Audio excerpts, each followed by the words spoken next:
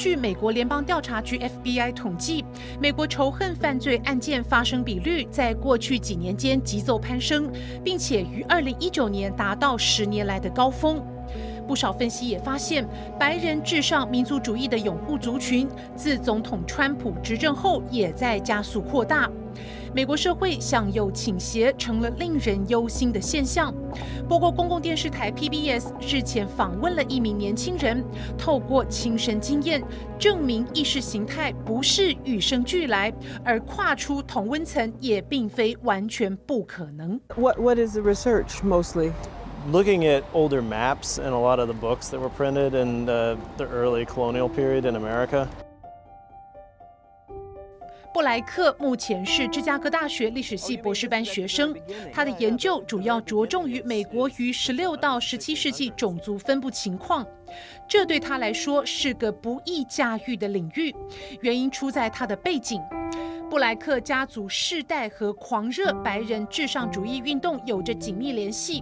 他的父亲一度担任3K 党大巫师，在海内外策动政治活动，至今仍是右翼网站主要负责人。激烈煽动性的言论被认为间接地启发了全美各地不少仇恨谋杀事件。布莱克从父亲信念最忠诚、最激进的拥戴者，变成族群融合的积极倡议者。这种剧烈叛变过程，后来还被付诸文字，记录在《摆脱仇恨》一书当中。Thanks for having me, Charlene. You grew up in a family of white nationalists. Do you remember some of the things your father taught you about that whole life and those concepts? Yeah. He always talked about it like it was a calling. Like there was nobody in America at this point who was willing to point out what he thought was just true, that it was completely wrong, integration was completely wrong, that race was true and biological, and everybody really secretly wanted to live separately.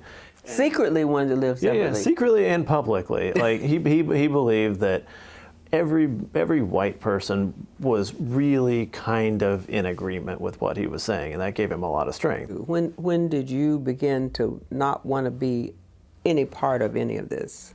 It was in college, and I showed up really with a lot of conviction that you couldn't change my mind, that there was nothing wrong with my beliefs, that they were factual, all this stuff. Racism, anti-Semitism, and this whole worldview that explains everything through that lens. The first thing was realizing that this campus would not be like everywhere else I'd been, that they would not tolerate it. They wouldn't say, oh, you're a white nationalist, but let's just not talk about that, which is what every other environment I'd been in growing up in South Florida before that was. It was after I got outed on campus. First, this response of condemnation. You got outed. How did you get outed? Somebody Googled my name, and the response of condemnation was the first thing. And who was condemning? It seemed like the entire campus. It felt like it's an 800-person student body. How was it manifest? There was a student forum. It was an email forum where everybody could talk about what they were feeling and what was happening. And so I could sit there and just read post after post on this 1,000-page message talking about how I was not welcomed here, how I didn't represent them, how they couldn't understand how I could be a part of this place that they were trying to build. It was a lot more unsettling, I think, than I thought it would be. And so seeing people who I respected saying that what I was espousing was hurting them, was hurting their lives, like that was a different kind of feeling from every other condemnation I'd ever had. 几个月后，有位犹太裔同学主动伸出橄榄枝，邀请布莱克参加安息日晚餐，但是说好绝对不可以谈论尖锐话题。透过不断交流和同侪压力，布莱克这才慢慢意识到，自己过去的认知不单单是误解，甚至已经对他人形成人格攻击。美国种族主义这个过去被认为不可说的禁忌话题，如今逐渐浮出台面。社会机构调查认为，很大原因来自于对非裔和亚裔族群将在往后30年成为社会大多数人口，使得白人将沦为少数族群的恐惧。I think that fear is the leading driver of people joining the white nationalist movement. It's this idea that they're threatened, that they are losing something, that they're being attacked. It's all this stuff that's, for the record, not real, and it's what keeps them bound up in that world where they can't look out and see that the threat is not real, that they are not in danger, that the world is fine. 布莱克和父亲已经和解，但是讲好彼此不干涉。I think it's never going to be as easy as trying to argue somebody into a new worldview. Looking back on my experience, I think what happened was it took place through discussion and debate. Like, that's what I felt was really convincing me, was what are my ideas and why are they wrong? But looking back on it, it was the fact that I was in a different community.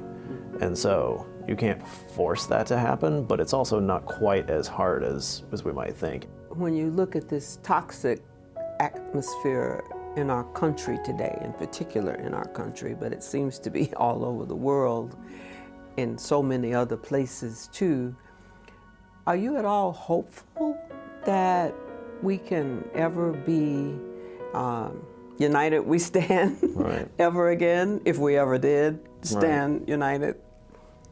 I mean, I find it difficult to move forward and be engaged without having some sort of hope, because I think that you can see hope in every individual person who comes to a new understanding or thinks about things or changes. And so that's always my advice to other people who are at a loss for what should we do, is just start with one person that you have a connection with, and that's the most important and powerful thing you can possibly do.